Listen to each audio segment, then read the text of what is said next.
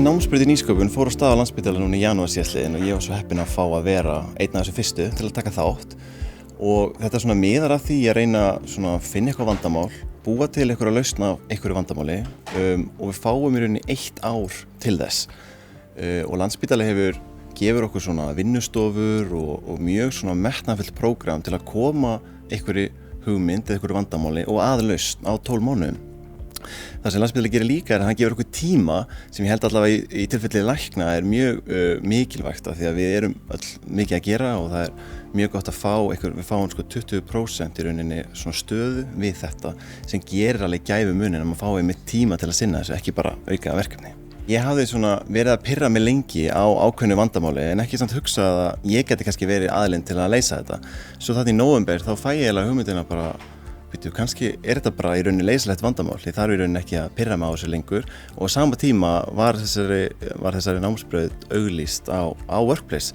Þannig ég var eins og oft korter í skilafrest, skilaði inn umsókn og fekk inngöngu og sem var bara frábært og núna hef ég fengið bara ótrúlega mikið með tíma, stuðning frá Landspítala, náð að koma þessari hugmynd í rauninni frá bara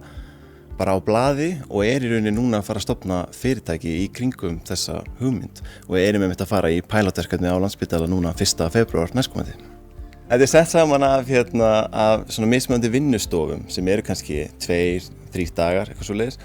og Landspítali búinn að sanka að sér svona lykilsamstarfsaðilum eins og KLAK og Auðnin Tæknitorg og fleiri þar sem við erum að fá svona mismunandi búta af púslinu, hvernig á að búa til svona eiginlega árangursríka nýsköpun í rauninni. Þannig að maður tekur svona eitthvað eitt út úr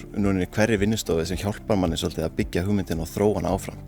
Ég held að það hafi mjög fáir innsýn inn í þau vandamál sem við fáumst við nema þá einmitt læknar. Þannig ég held að þessi frábært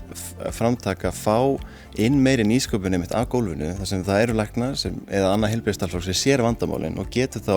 búið til árangursríka lausn. Því við höfum náttúrulega mörg dæmi af því líka þar sem fólk reynir að sníða einhverja lausn á einhverju vandamáli sem það skilur ekki alveg og þá nær lausnin aldrei flugi. Ég mæli bara heilsuga með þessu. Það eina sem ég myndi mæla með er að vera búin að vera með einhverja hugmynd að einhverju vandamáli sem helst þarf að vera leysanlegt. Ég held að það sé ekkert endilega mikilvægt að maður sé ennþá komið lausnina eða búið að fullsníða einhverja ákveðna lausn en ég held að þetta sé eitthvað svona áþreifanlegt vandamál sem fólk myndi muna og er tilbúið að breyta verklagi í kringum og það sé það mikið vandamál þar að segja.